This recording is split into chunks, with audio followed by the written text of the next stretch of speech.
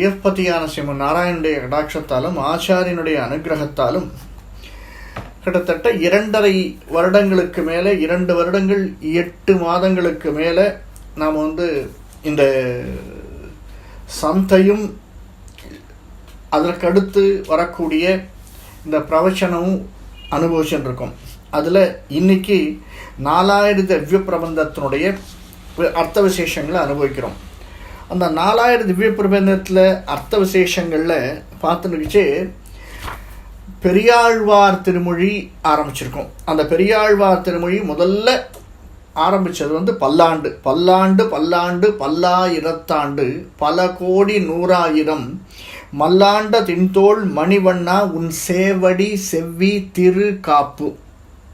இது அதில் வரக்கூடிய முதல் பாட்டு, முதல் ஸ்லோகம், முதல் பாசுரம். அடியோமோடும் நின்னோடும் பிரிவு இன்றி 1000 பல்லாண்டு வடிவார் நின் வல மார்பினில் வாழ்கின்ற மங்கையும் பல்லாண்டு வடிவார் சோதி வலத்துறையும் சுடர் ஆழியும் பல்லாண்டு படைபோர் புக்கு முழங்கும் அப்பாஞ்சசன்யமும் பல்லாண்டே. இதில் கடைசியில் பல்லாண்டென்று பவித்திரனை பரமேட்டியை சார்கம் எனும் வில்லாண்டான் தன்னை வில்லிபுத்தூர் விட்டு சித்தன் விரும்பிய சொல். சாதாரணமாக சொல்லலை, எதை சொல்கிறார்? நல்லாண்டென்று நவின்றுரைப்பார் நமோ நாராயணாயவென்று பல்லாண்டும் பரமாத்மனை சூழ்ந்திருந்தியத்துவர் பல்லாண்டு.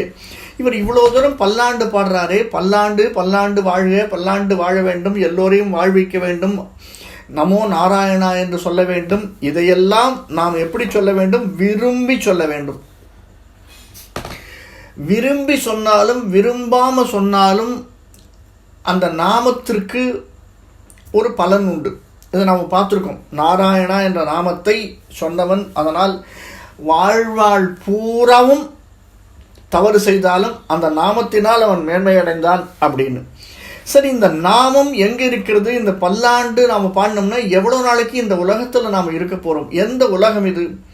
இது பாரத உலகம். அதாவது பாரத வருஷே பரத கண்டே அப்படின்னு சொல்கிறோம். பரத கண்டே அப்படின்னா பரதனுடைய வழி வந்த கண்டம் அப்படின்னு இந்த இடத்திற்கு நாம் சொல்கிறோம். பரதன்னா யார் இல்லையா? 3 பரதன் நம்மளுக்கு தெரியும்.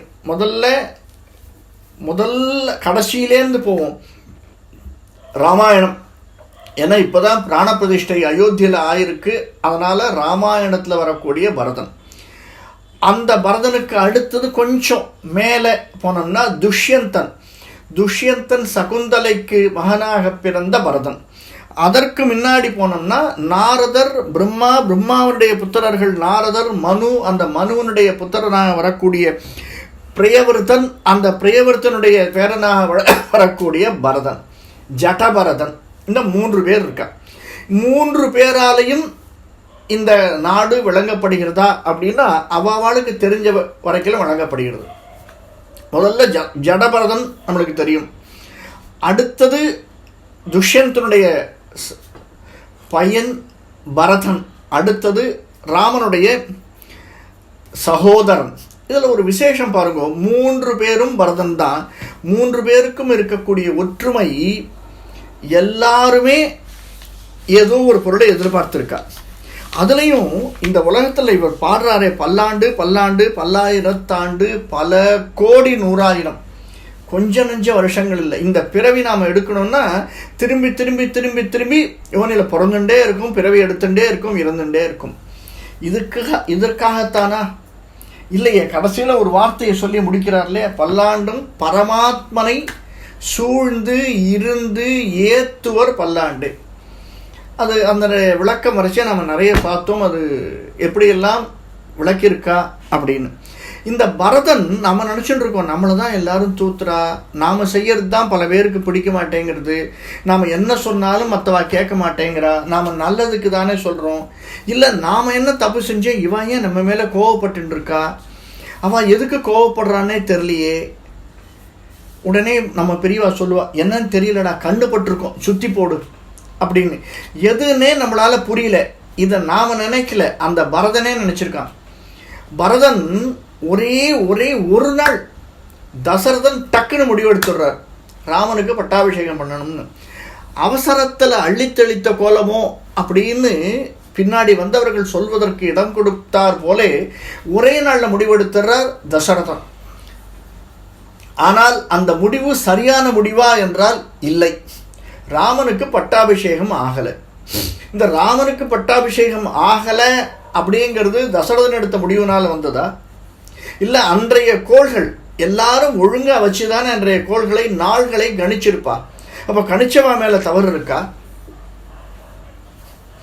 இல்லை வரம் கேட்ட கைகேயி மேல் தவறா? யார் மேலே தவறு தெரியல, நமக்கு தெரியல. ஏன்னா ஏன் தெரியலன்னா அதை புரிஞ்சிக்க முடியல. பின்னாடி வரக்கூடிய ராவண சம்ஹாரம் ஆகணும் அப்படிங்கிறதுனால இது எல்லாம் தள்ளி போயிட்டு இருக்கு. சரி, இதில் யார் மேலுமே தவறில்லையே. ஆனால் இதற்காக ஒன்று கற்பிக்கப்பட்டதில்லை. என்னது? நீ காட்டுக்கு போகணும்னு கேட்டிருந்தா எந்த பிரச்சனையும் இல்லை, ராமன் பாட்டுக்கு காட்டுக்கு போயிருப்பான். கூட இன்னொரு வார்த்தை கேட்டால் என் பிள்ளை நாடாளனும் அப்படின்னு. இது பரதன் என்ன தப்பு செஞ்சான்? இதில் கைகேயினுடைய ஆசை. இன்னைக்கு பல பேருடைய ஆசை தன்னுடைய பையன் முதலமைச்சர் ஆகணும் இல்லையா? அவனுக்கு ஆசை இருக்கோ இல்லையோ, அடுத்தவாளுக்கு ஆசை இருக்கோ இல்லை, அந்த தாயினுடைய ஆசையை நிறைவேற்றப்படணும். அதானே அங்கேயும். நான் வரவே மாட்டேன், எனக்கு இதில் இன்ட்ரெஸ்டே இல்லை அப்படின்னு சொல்லிட்டு இருந்தாலும் தாய் சொல்வதற்கேற்று இங்கே இருக்கிறவா அந்த ஆசையை உண்டாக்கி கொண்டாள். ஆனால் பரதன் அப்படி இல்லை. முதல்ல தாயார் சொல்கிறத அவன் கேட்கல. நீ இந்த ராமன் காட்டுக்கு போயிட்டான், இந்த அரசாட்சி உனக்காகத்தான் நான் அப்பா கிட்டேருந்து கேட்டு வாங்கி வச்சிருக்கேன், அதனால் நீ இந்த அரசாட்சி எடுத்துக்கணும் ஏற்றுக்கணும் அப்படின்னு சொன்னதை முதல்ல பரதன் கேட்கல. அவன் யாருடைய வார்த்தையெல்லாம் கேட்கல பாருங்கோ. கைகேயனுடைய அம்மா சொன்ன வார்த்தையை கேட்கல. அடுத்தது அப்பா சொல்கிற நிலைமையில் இல்லை, இவன் கேட்டாலும் கேட்கலனாலும் நமக்கு தெரியல. அடுத்தது குலகுரு வசிஷ்டர் சொல்கிறார், இன்னைக்கு நாடு ஆள் இல்லாமல் இருக்கு, பட்டாபிஷேகம் அப்படின்னு ஏற்பாடு செய்த ராமன் காட்டுக்கு போயிட்டான், அதனால் இந்த நாட்டுக்கு ராஜாவா நீ பட்டாபிஷேகம் செஞ்சுக்கணும்னு ஆச்சாரியன் சொன்னதை பரதன் கேட்கல. ஊரார் எல்லாரும் சேர்ந்து சொல்றா, அதற்கடுத்தது நீதான், ஏன்னா ராமனும் இல்லை இலக்குவனும் இல்லை, இப்போ இருக்கிறது நீதான், அதனால் நீ எடுத்துக்கணும் அப்படின்னு ஊரார் சொல்றதையும் பரதன் கேட்கல. என்ன ஆசை, என்ன ரீசன் தெரியுமா? ஒன்னே ஒன்று தான், அவனுக்கு இந்த நாட்டை ஆள்வதில் ஆசையே இல்லை. நாடு தனக்கில்லை, எது தனக்கு உரியதோ, எது நமக்கென்று விதித்திருக்கிறதோ அதுதான் நமக்கு வரும் என்று ஸ்திரமாக நம்பினான் பரதன். ஆனால் இன்னொன்று பாருங்க, இந்த பரதனை யாருமே நம்பலை. எல்லாரும் நீ எடுத்துக்கோ நீ எடுத்துக்கோன்னு சொல்கிறாளே, யாருமே நம்பலை. பரதன் வந்த உடனே கேட்குறான், அம்மா நான் கேட்டேனா? இல்லை, பரதனை நம்பலை அம்மா. இந்த பரதனுக்காக தான் இந்த நாடு அப்படின்னு வசிஷ்டர் நினச்சிட்டு இருக்கார். அதனால தான் இவர் 2 வரத்தை கேட்டா, அதனால தான் தசரதன் செத்து போனான்னு பரதன் மேலே ஒரு பழி. இந்த நாட்டு மக்கள் பல பேர் நினச்சிட்டு இருக்கா, பரதன் தம்பியாக இருந்ததுனால தான் கைகேயி வரம் கேட்டா, அதனால தான் ராமன் காட்டுக்கு போனான். தேவையில்லாத ஒரு பழி பரதன் மேலே விழுது. இது மட்டும் இல்லை, இவா எல்லாரையும் அழிச்சு நம்ம கூட்டணும்லான்னு போனால் இந்த பக்கம் நின்று இருக்கிற அந்த கங்கையினுடைய கரையில் அந்த பக்கம் இருக்கிற குகன் சந்தேகப்படுறான் பரதன் மேலே. தேவையில்லாத ஒன்று தானே அவனுக்கு பரதனுக்கு. இதற்கடுத்து அங்கே கிட்டக போகிறான். தன்னை இவ்வளவு நாள் 4 பேரும் ஒன்றாக கூடி விளையாடினோம், இவ்வளவு நாட்கள் 12 24 கிட்டத்தட்ட 16 வருடம் 17 வருடங்கள் சேர்ந்தே இருந்தோம். அப்படி இருந்த இலக்குவன் பரதனை நம்பலை. எல்லாரையும் அழிச்சுன்னு வரான், நம்ம மேலே போர் தொடுக்க போகிறான். என்ன பாருங்க, இலக்குவன் நம்பலை. நம்பின ஒரே ஒரு ஆள் யாருன்னா ராமன் மட்டும்தான். அதனால தான் பின்னாடி வந்தவா இந்த பரதனை கொண்டாடினது ராமன். பரதனை கொண்டாடினது ராமன். ஏன்னா இவனுக்கு சுயநலம் சுத்தமாக கிடையாது. ஒரு ஆப்பர்ச்சுனிட்டி கிடைச்ச ஆப்பர்ச்சுனிட்டி அவனாவது விடுவானா? எனக்கு வேண்டாம், இந்த நாடாளுவதில் எனக்கு இஷ்டம் இல்லை அப்படின்னு அதையும் விட்டு கொடுத்தவன் பரதன். இந்த பரதன் இப்படி இதற்கு முன்னாடி துஷ்யந்தனுடைய குமாரன் பரதனை பார்ப்பதற்கு முன்னாடி அதற்கு மேலே இருக்கக்கூடிய ஒரு பரதனை பார்க்கலாம். அவன் அதாவது ஜடபரதன் என்று எல்லோராலும் கொண்டாடப்படக்கூடியவர். நாரதர் மனு இவ உட்காந்து பேசிட்டு இருக்கா. நாரதனும் மனுவும் உட்காந்து பேசச்சே இந்த மனுவனுடைய புத்திரன் வரான். யாரு? பிரியவிரதன். பிரியவிரதன் வரான். வரச்சே நாரதர் சொல்கிறார், அதோ உன்னுடைய பையன் வரான். சரி வரட்டுமே, என்ன இப்போ? இல்லை அவன் வர ஜோரனையை பார்த்தேல எங்கள் லக்ஷ்மணன் சொல்கிற மாதிரி சொல்கிறார் எங்கள் நாரதர். அவன் ஏதோ கேட்க வரான். என்ன கேட்க வரான், என்ன ஒன்றுமே புரியல. வரான். இந்த சமயத்தில் இவா சரி என்னவாது கேட்கட்டும் இருக்கட்டும் அப்படின்னு அவன் வரவனை என்ன விஷயம் என்ன அப்படின்னு கேட்குறார். கேட்குற போது அவன் சொல்கிறான், எனக்கு ஒரு சில ஆசைகள் இருக்குது. என்ன ஆசைப்பா? தாத்தாவை சேவிக்கணும். இது தேவையில்லாத ஆசை. இந்த காலத்து பசங்களுக்கு யாருக்காவது வருமோ? அப்பாவையே சேவிக்கிறது இல்லை, நான் தாத்தாவை சேவிக்கணும். யார்? பிரம்மதேவனை. பிரம்மதேவனை வணங்க வேண்டும் அப்படி நினச்ச உடனே பிரம்மதேவன் வந்துடுறார். பிரம்மதேவனை வணங்குறான். யார்? பிரியவர்த்தன். பிரியவர்த்தன் வணங்கினான். எதுக்காக வணங்குறான் அப்படின்னா எல்லாரும் சொல்ல வணங்கின உடனே ஆசீர்வாதம் பண்ணுவான் இல்லையா? நீ எந்த குலம் கோத்திரம் என்னன்னு கேட்டால் என்னுடைய பேரன்னு என்னை வணங்குறான், நீ நன்னா இருப்பா. அவனுக்கு என்ன ரீசன்னா அது வரையிலும் கல்யாணம் ஆகலை, அதுதான் ரீசன். அதனால தான் அவன் தாத்தாவை வணங்கணுன்றான். இது வரையிலும் அப்பா கிட்ட சொல்லி சொல்லி பார்த்துட்டேன், அப்பா ஒன்றும் அரேஞ்ச் பண்ணுற மாதிரி தெரியல, அதனால் தாத்தா கிட்ட கேட்டால் ஏதாவது கிடைக்கும் அப்படின்னு தாத்தா சொல்கிறார். இவன் தாத்தா கிட்ட கேட்கலாமே அப்படின்னு பிரம்மன்கிட்ட கேட்குறான். பிரம்மன் நீ நினச்சது நடக்கும் அப்படிங்கிறார். அதற்கு இவன் அங்கே பிரம்மன் கூட வாதிடுறான். என்ன வாதிடுறான்? சரி நீங்கள் சொல்லிட்டேலே நினச்சது நடக்கும்னு, எப்படி நடக்கும் அப்படின்னு கேட்குறான். கேட்டதோடு இருந்தால் பரவாயில்ல, ஏன் எனக்கு இது வரைக்கும் நடக்கலைன்னு ஒரு வார்த்தையை கேட்குறான் பிரம்மன்கிட்ட. மற்றவன் யார்கிட்டாவது தாத்தா கிட்ட கேட்டால் கூட சாதாரணமாக சொல்லிவிடுவா, ஆடப்போடா உனக்கு இன்னும் நாழி வரல, நேரம் வரல, உன்னுடைய ஜாதகத்தில் அந்த அமைப்பு குரு பலன் வரல அப்படின்டுவா. ஆனால் பிரம்மதேவன் என்ன சொல்கிறார், உன் வினைக்காக நீ கடவுளை குறை சொல்லாது. எனக்கு வரல, இவ்வளோ நாள் எனக்கு கல்யாணம் ஆகலைன்றதுக்காக நீ கடவுளை குறை சொல்லாதே. முதல் வார்த்தையை சொல்கிறார். அடுத்தது, நீ இது வரைக்கும் முயற்சி பண்ணியா? முயற்சி பண்ணல, முயற்சி பண்ணு. மூன்றாவது இவன் கேட்குறான், நீங்கள் சொல்கிறதெல்லாம் கரெக்டு தான், ஆனால் யார் எனக்கு வழி நடத்துவா? யாருமே இல்லையே. அதுக்கு அவர் சொல்கிறார், அதோ பார் குருடன் போயின்னு இருக்கான், அந்த குருடனை யார் வழி நடத்துகிறார்கள்? அந்த குருடனை யார் வழி நடத்துகிறார்களோ அவர் உன்னையும் வழி நடத்துவார். அவன் யார் வழி நடத்துறது? பரபிரம்மம், பகவான் சிவன் நாராயணன். நீ அவன் மேலே பாரத்தை போடலை. எல்லாம் நான் கொன்றேன்னு நேற்று அர்ஜுனன் சொன்ன மாதிரி நீ ஒன்றை நினச்சிட்டு இருக்கே, நீ அவன் மேலே பாரத்தை போடு. அவன் தான் எல்லாத்தையும் நடத்துகிறவன், அந்த குருடனுக்கும் வழிகாட்டுபவன். அப்படிப்பட்டவன் உனக்கும் வழிகாட்டுவான். சரி சுவாமி, எனக்கு வழிகாட்டுவான், நீங்கள் சொல்கிறதெல்லாம் கரெக்டு. கடைசியில் நான் என்ன பண்ணணும் அப்படின்னா, இந்த கர்மான்னு ஒன்று இருக்கே, இந்த கர்மாவை நான் எப்போ விடுவேன்? நான் செய்த கர்மா என் உடன் தானே இருக்கும். ஆமாம், இந்த உடம்பு இருக்கும் வரை இந்த கர்மா இருக்கத்தான் செய்யும். இதை நீ எண்ணி எண்ணி அதற்கு ஏற்றால் போல் நடப்பாயாகன்னு சொல்லிட்டு பிரம்மா கிளம்பிடுறார். இவன் கொஞ்ச நாள் தவம் செய்கிறான் இந்த பிரியவர்த்தன். அதற்கு அப்புறமாக அவனுக்கு பாகிஷ்மதி அப்படின்னு ஒரு பாரியாள் கிடைக்கிறான், ஒரு பெண் கிடைக்கிறா. அவளோட இந்த பிரியவர்த்தன் பர்ஹிஷ்மதிக்கும் பிரியவர்தனுக்கும் 10 பிள்ளைகள் பிறக்கிறார். 10 பிள்ளைகள் பிறந்தாலும் ஒரே ஒரு பெண் குழந்தை பிறக்கிறார். ஊர்ஜஸ்வதி அப்படின்னு ஒரு பெண் குழந்தை பிறக்கிறார். அந்த 10 பேர் நடுவில் ஒரே ஒரு பெண்ணா எல்லாருக்கும் சந்தோஷம் இல்லையா? நம்ம ஆற்றுல பல பேர் பார்த்துருப்போம், 5 பிள்ளைகள் நடுவில் ஒரு பெண் இருந்தாலும் அவளை எல்லாரும் தங்கத்தட்டில் வைத்து தாங்காத குறை, அந்த அளவுக்கு தாங்கிட்டு இருக்கா. ஸோ இவ்வளோ தாங்கிறவா எல்லாரும் அறிவுஜீவிகள். யாருக்கு கல்யாணம் பண்ணி கொடுக்கணும்னு யோசனை பண்ணுறா. 2 பேர் இருக்கா இன்னைக்கு உலகத்தில் கல்யாணம் பண்ணி கொடுக்கறதுக்கு தகுதியானவா. யார்? பிரம்மாவனுடைய பேத்தியை கல்யாணம் பண்ணி கொடுக்கறதுக்கு தகுதியானவ. ஒன்று ப்ரஹஸ்பதி, இன்னொன்று அதாவது குரு, இன்னொன்று சுக்கராச்சாரியர். அந்த பக்கம் அசுர குரு, இந்த பக்கம் தேவகுரு. இதில் தேவகுருவை சுக்கராச்சாரியார் பலம் பொருந்தினவர்னு இவன் நினச்சிட்டு இருக்கா. அதனால தேவகுருவை அப்ரோச் பண்ணுறாரு, சம்மதிக்கிறார் அவர் தேவகுரு. ஊர்ஜஸ்வதி சுக்கராச்சாரியார் இதை கல்யாணம் பண்ணி கொடுக்குறார். இது அந்த பக்கம். இந்த பையன் இருந்தா இல்லையா, 10 பேர் இருந்தா இல்லையா, 10 பேருக்கு முதல் சன்னாக ஆக்னீதரன் அப்படின்னு முதல் பையன்.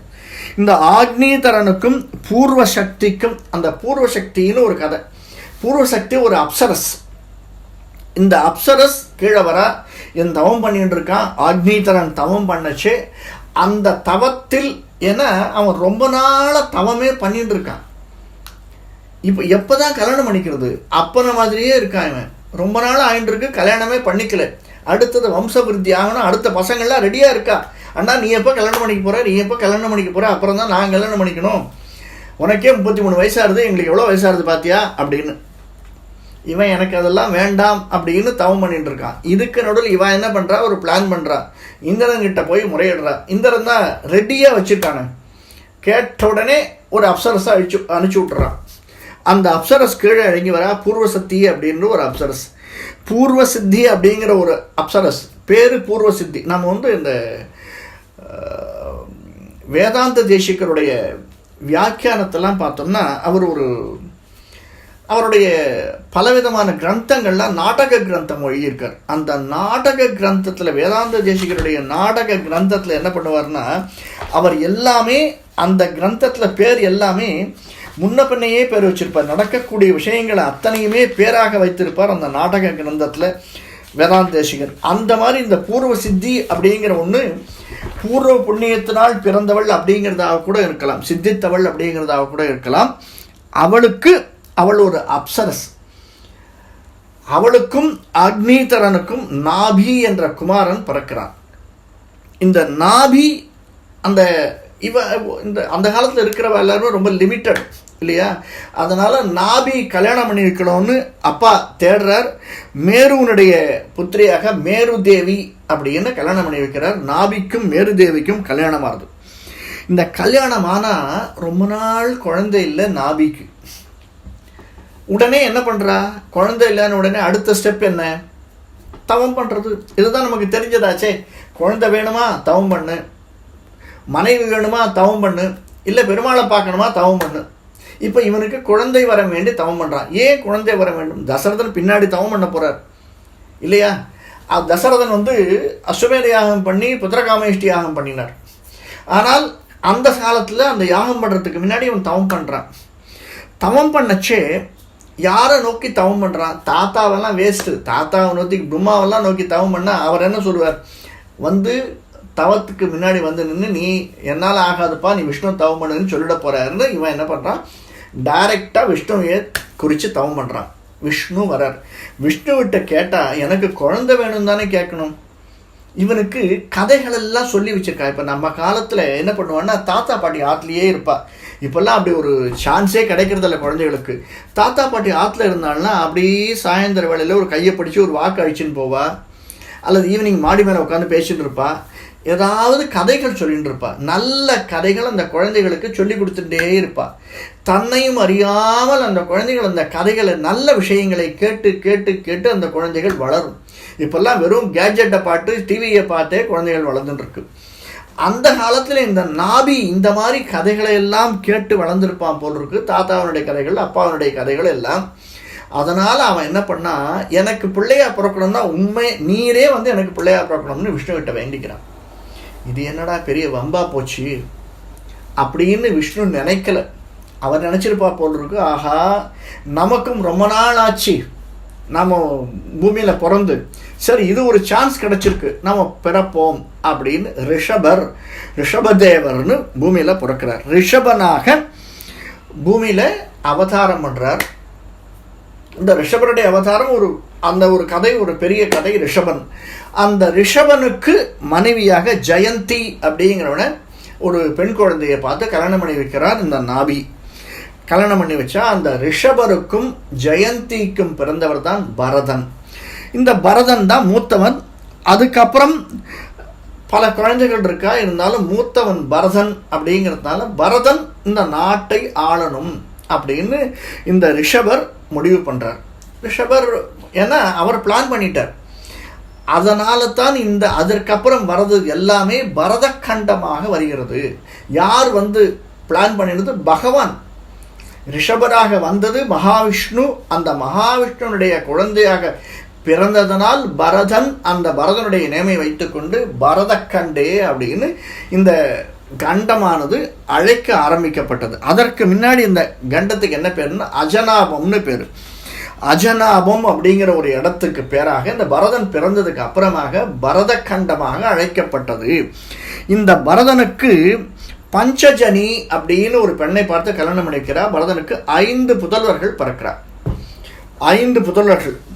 இந்த பரதன் என்ன பண்ணுறார்? கொஞ்ச நாள் ஆள்றார்.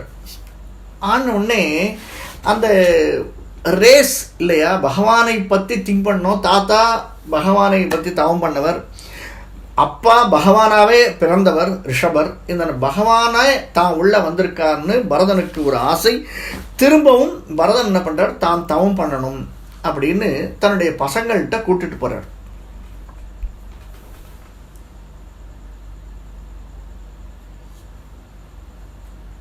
ஏன் நான் பேசுறது கேட்கறதா இல்லையா?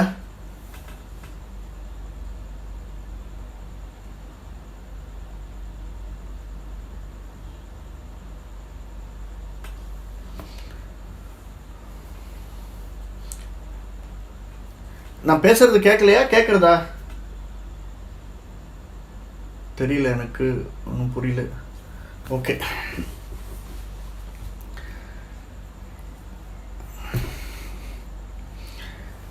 பரதன் தன்னுடைய குழந்தைகள்கிட்ட ராஜ்யத்தை ஒப்படைச்சிட்டு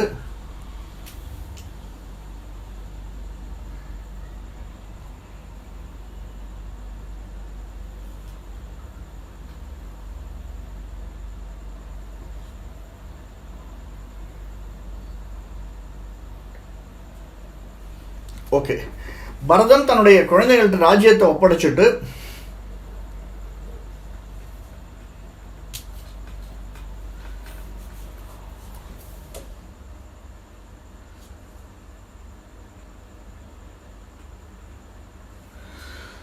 இங்க காட்டுக்கு போறார்.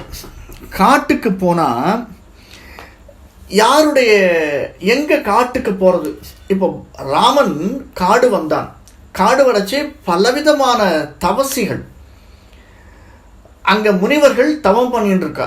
அந்த முனிவர்களை ஒவ்வொருத்தரா பார்த்துட்டே வரான் ராமன். அந்த மாதிரி பரதன், இவன் ஒரு ராஜா இல்லையா, இவன் காட்டுக்கு வரான். காட்டுக்கு வரைச்சி புலகருடைய ஆசிரமம் கண்ணில் படுறது.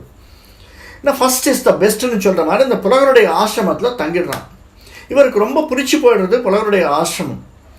புலகர் கூடவே அந்த ஆசிரமத்திலேயே தங்கி நிம்மதியாக, எந்த விதமான பிரச்சனைகளும் கிடையாது. ஏன்னா இவனுடைய எய்ம் தவம் பண்ணணும் ஒன்று தான். ஏன்னா நாட்டை குழந்தைகள்கிட்ட கொடுத்தாச்சு, தனக்கு வேண்டியது ஒரு அமைதியான இடம். அந்த இடம் இந்த புலகருடைய ஆசிரமமாக இருக்குது. அந்த புலகருடைய ஆசிரமத்தில் தங்கி இருக்கான்.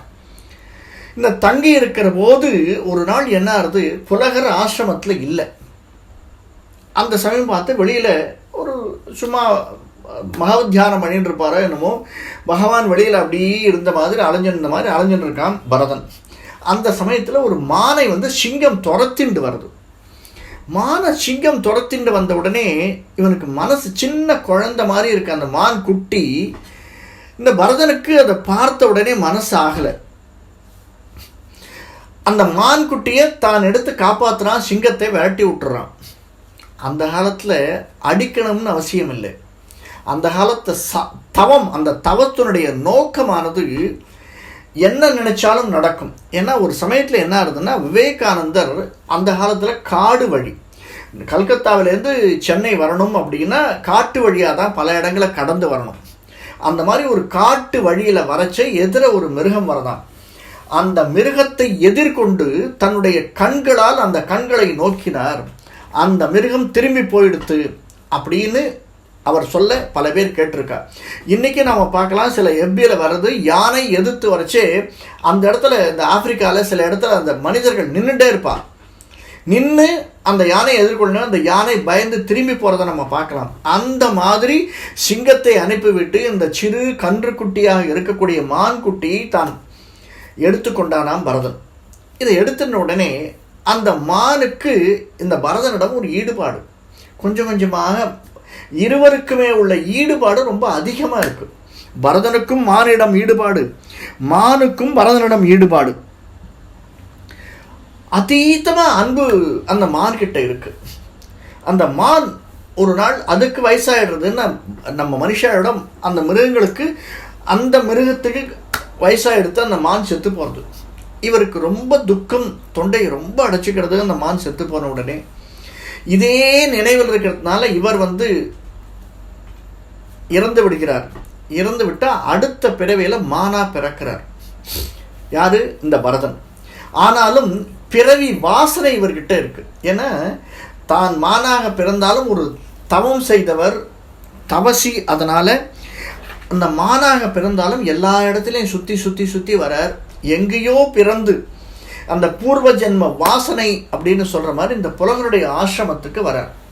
மான் குட்டியாக புலகருடைய ஆசிரமம் வரார். அந்த ஆசிரமத்தை அடையிச்சு. அந்த ஆசிரமம் ஆக்சுவலாக எங்கே இருக்குன்னா கண்டகி, அந்த கோசி கண்டகின்னு நதிகள் பார்ப்போம். அந்த கண்டகியினுடைய நதி கரையிலே இருக்கிறது இவருடைய ஆசிரமம். அந்த ஆசிரமத்துக்கு தன்னுடைய கடைசி வாழ்நாளை புலகருக்கு தெரியுமோ தெரியாதோ இவர் அந்த இடத்துல இருந்து உயிர் விடுகிறார். உயிர் விட்டா அடுத்தது திரும்பவும் வேற ஒரு அந்தணனுக்கு மகனாக பிறகிறார். அது அங்கீரசன். அந்த அங்கீரச கோத்திரத்தில் வந்த ஒரு அந்தணனுக்கு மனைவியாக, அதாவது அந்த அங்கீரசன் கோத்திரத்தில் வருவோர் அந்தணனுக்கு 2 மனைவியர்கள். இந்த முதல் மனைவியருக்கு ஒரு 10 குழந்தைகள். 2வது மனைவிக்கு இரட்டை குழந்தை பிறக்கிறது. அந்த காலத்தில் 2 குழந்தை, ஒரு ட்வின்ஸ் பிறந்திருக்கா. அதுவும் எப்படி? ஒரு பெண் ஒரு ஆணாக. அந்த ஆண் குழந்தையாக பிறக்கிறார் இந்த பரதன்.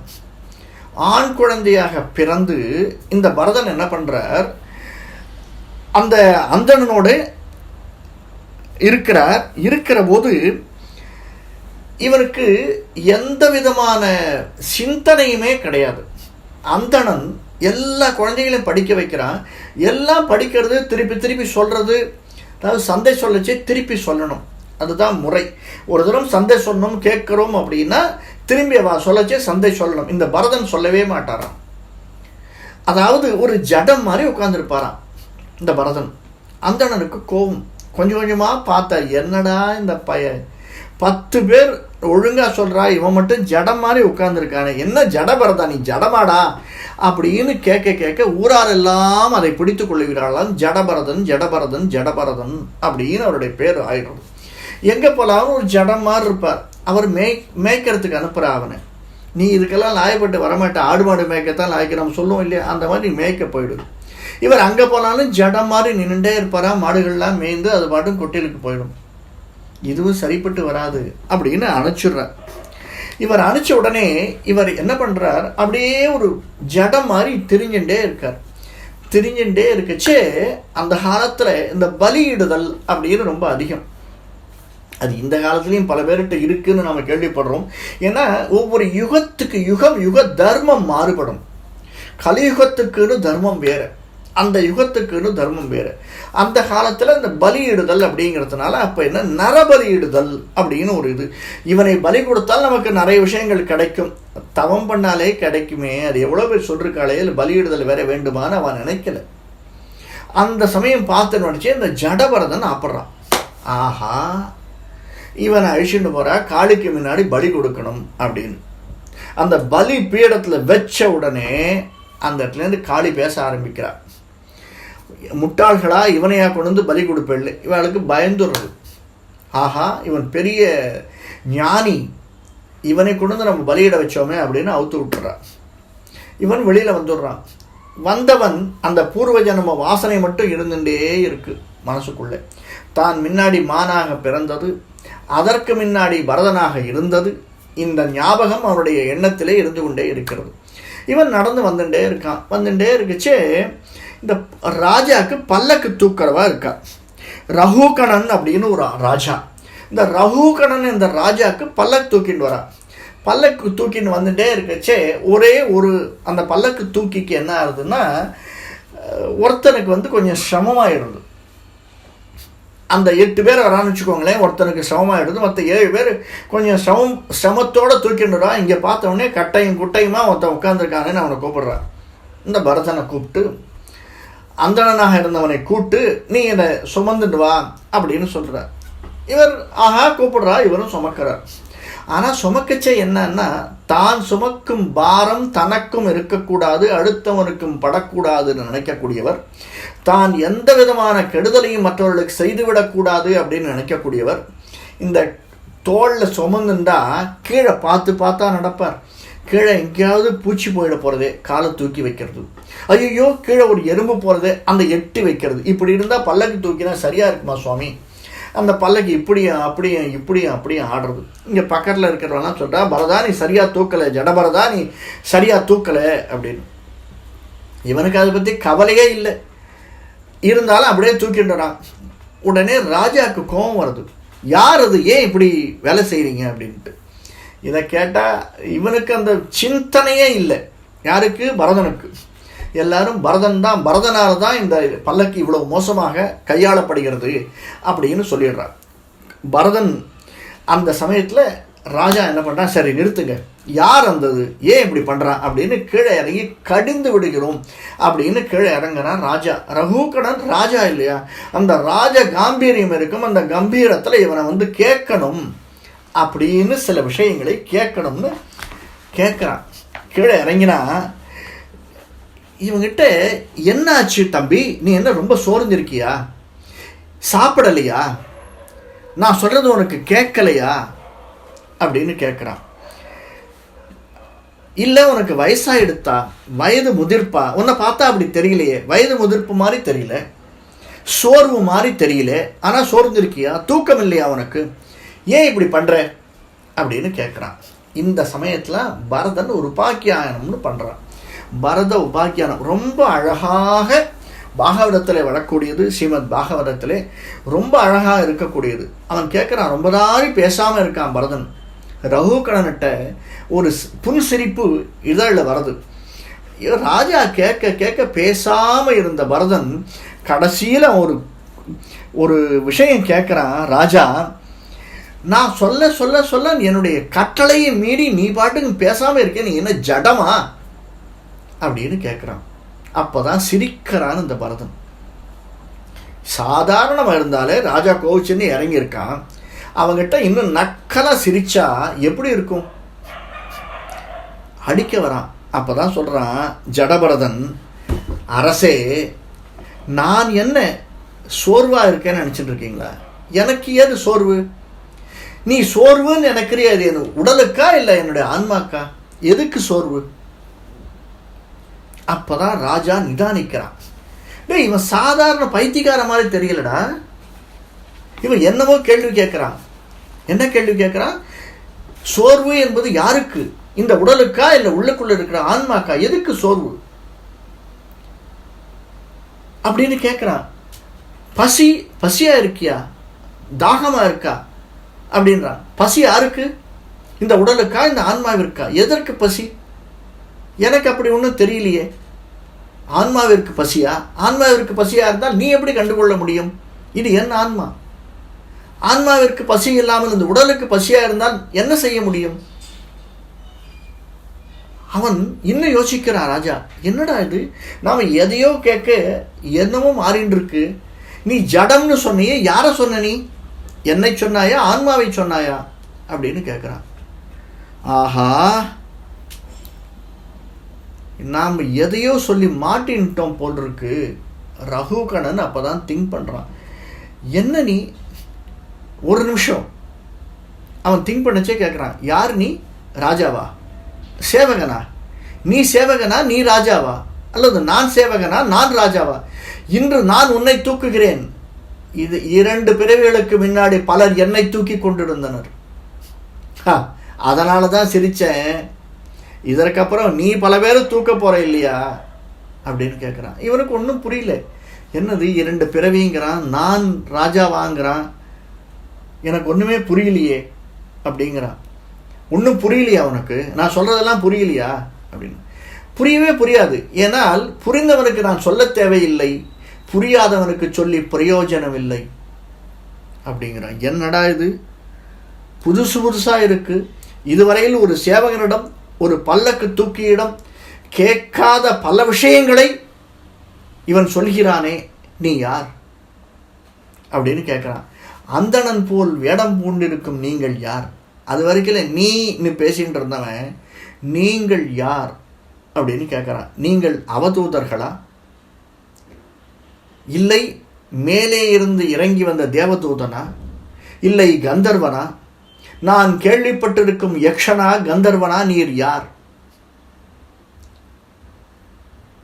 எங்களுக்கு நாங்கள் ஒரு சிலரை அறிவோம், அதாவது கபிலரை எங்களுக்கு தெரியும், முக்கண்ணன் சிவபெருமானை தெரியும், எங்களுக்கு கொடை வழங்கும் வருணனுக்கு அதிபதியான இந்திரனை எங்களுக்கு தெரியும்.